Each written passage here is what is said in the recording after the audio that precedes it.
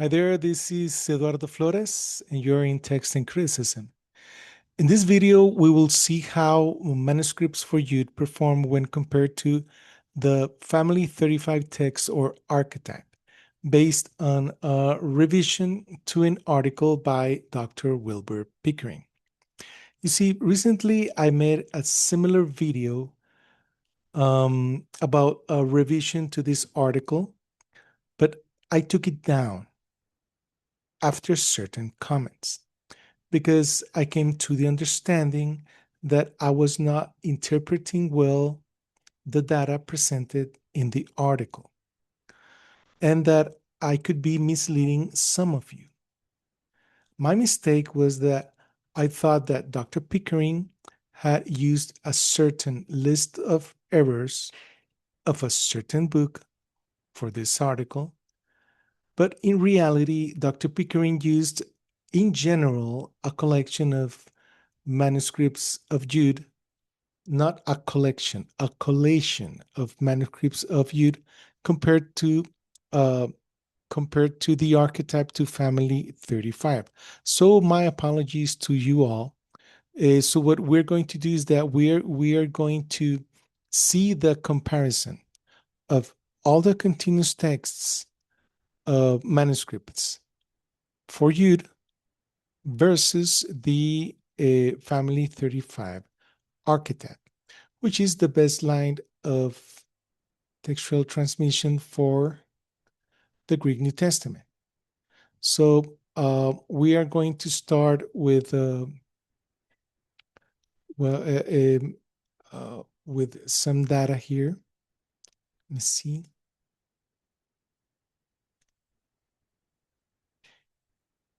Yeah.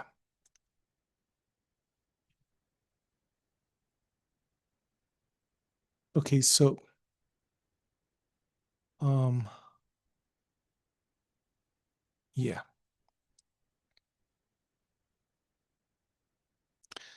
So my mistake. Okay, so um, the graph and the article is not about the number of spelling errors in the Greek New Testaments for Jude, but are the number of variants when comparing two texts, the text of Family 35 Archetype to the rest of the texts that are in the Greek New Testaments, in the 514 Greek New Testaments for for the book of Jude. So the the article is by Wilbur Pickering, variant rank of manuscripts containing Jude. Uh, so it's a comparison of, as I already said, a certain collation made by someone else other than Dr. Pickering, a certain collation of 514 manuscripts with comparing it to the text of Family 35 for Jude. That is his article. So what I'm doing is that I'm showing you a graph based on Dr. Pickering's article. Now, but first, I would like you to go with me to the Greek New Testament according to Family 35, which can be found in Dr. Pickering's website. And we're going to go to Jude here. Let's see if this doesn't take me much time. And I want to show you something. Okay, Jude. Here it is. So this is the book of Jude. Judas y su Cristo doulos adelphos de Jacobo. So Judas, slave of Jesus Christ and brother to Jacob. Now, if we go to the apparatus, to the critical apparatus, we will see that most of the time the RP, which is the Robinson and Pierpont a priority Byzantine text, and the majority text, which is Hodges and Farstad, goes uh, always with family 35. We see it here, we see it here.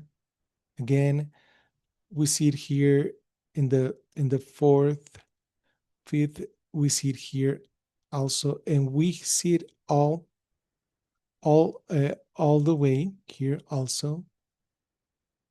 And now here we have that family 35 has al, and Robinson and Pierpont in the majority text edition has Allah. That's one difference between family 35 archetype and these two Byzantine and majority text editions. One difference. We have a second difference here, Moseos versus Moiseos. Here we have RP. So Robinson and Pierpont has Moiseos, and Hodges and Farstad with family 35 have Museos, Moseos.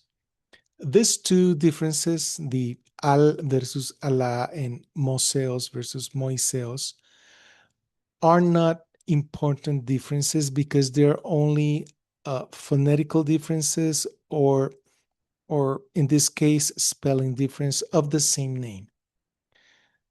There is, however, a third difference. Here we have the same as family 35. Here we have also the same as family 35. So, and you can go on and check this. But here we have another difference, which is this one, eafton. Epithemias eafton, which is their own bad deeds, their own, versus, which is here we have yeah. So here we have family 35 says their own evil deeds, and Robinson and Pierpont and Hodgins Farstad has their evil deeds. That's so. Of the three differences that we have between family 35 archetype, which is a Byzantine line of transmission, and these two editions, of the three, we only have one that changes a little bit the meaning. So I wanted to show you this, and it's a really small change in the meaning in between their own, which is like an emphasis, their own evil deeds versus their evil deeds. The same, it's their the evil deeds, you know. So going back to the presentation, the differences between family 35 and Robinson and Pierpont and Hodges and Farstad in Jude are these three that we have seen together in Dr. Pickering's apparatus. And you can check this here, okay? So we can say that family 35 in Jude is almost the same as Robinson and Pierpont and Hodges and Farstad, except for one word. Jude has around 450 words, and it has 25 verses, so there's only one meaningful difference. And so going back, the article is comparing the Byzantine majority family 35 text for Jude with 514 manuscripts for Jude. And here we have the article. I'm going to go and access it.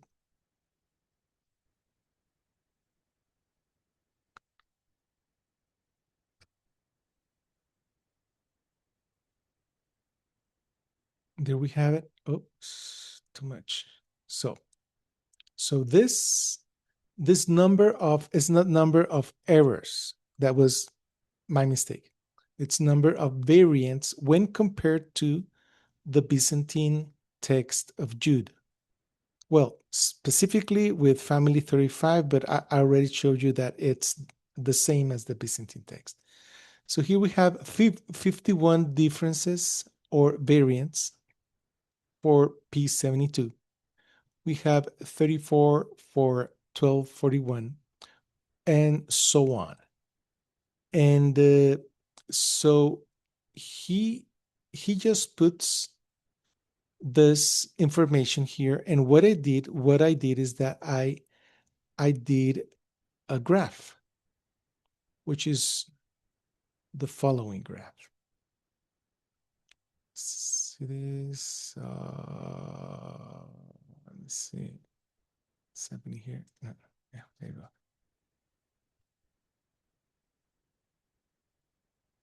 So, which is the following graph, which uh, is this one.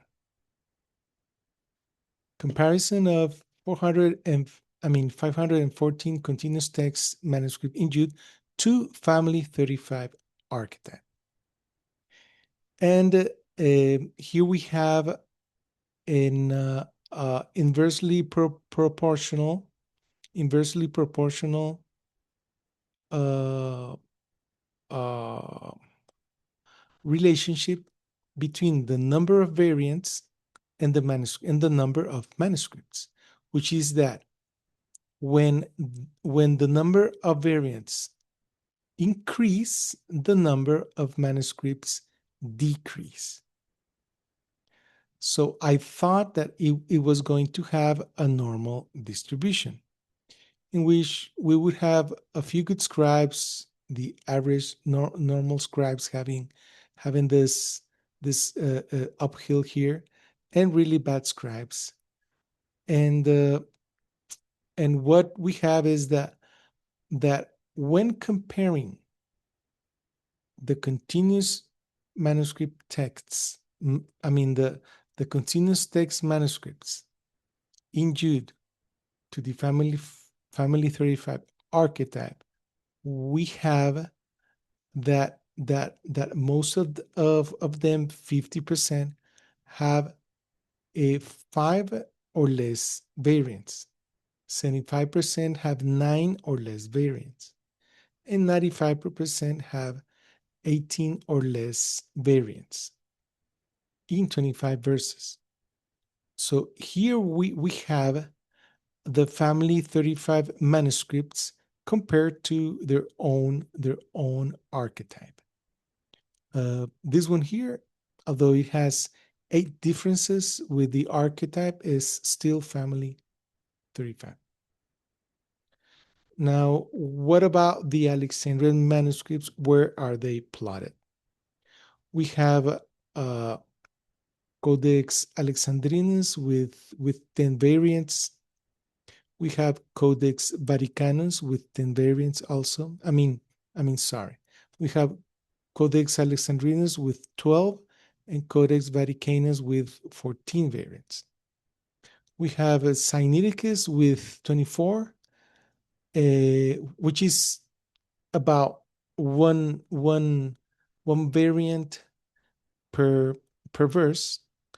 And we have Papyrus 72 with 51. So this is 2 variants per each verse, 1 variant per each verse.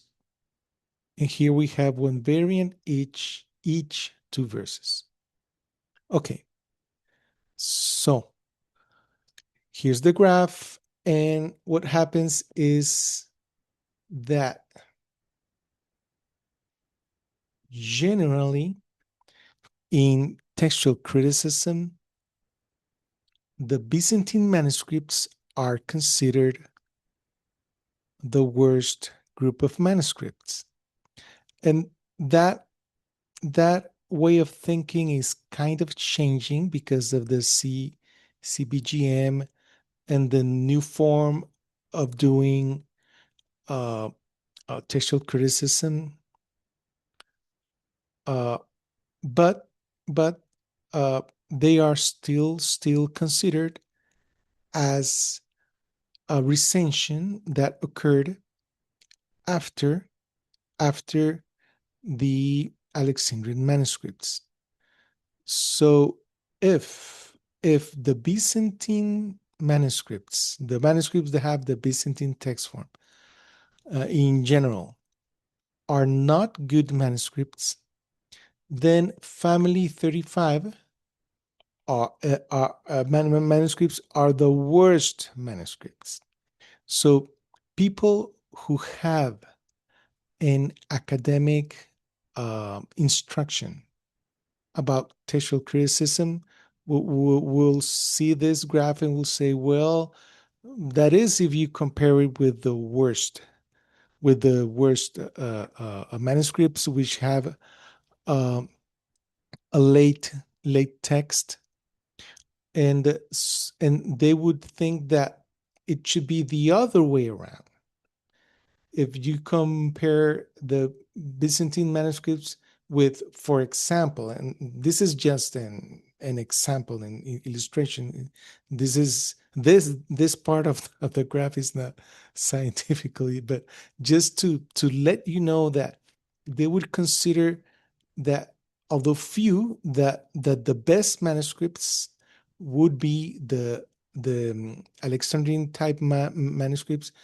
The worst would be the Byzantine manuscripts, and the worst of the worst would be Family 35. So there you have it. At least I am trying to amend my mistakes, and I apologize to you all.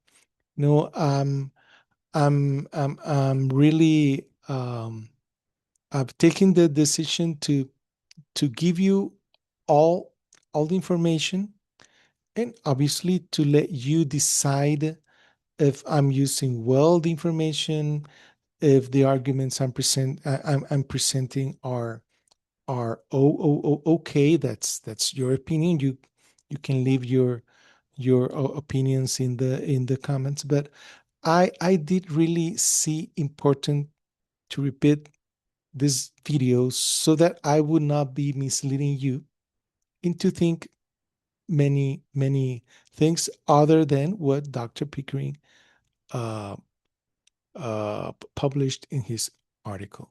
By the way, this is not a peer-reviewed article.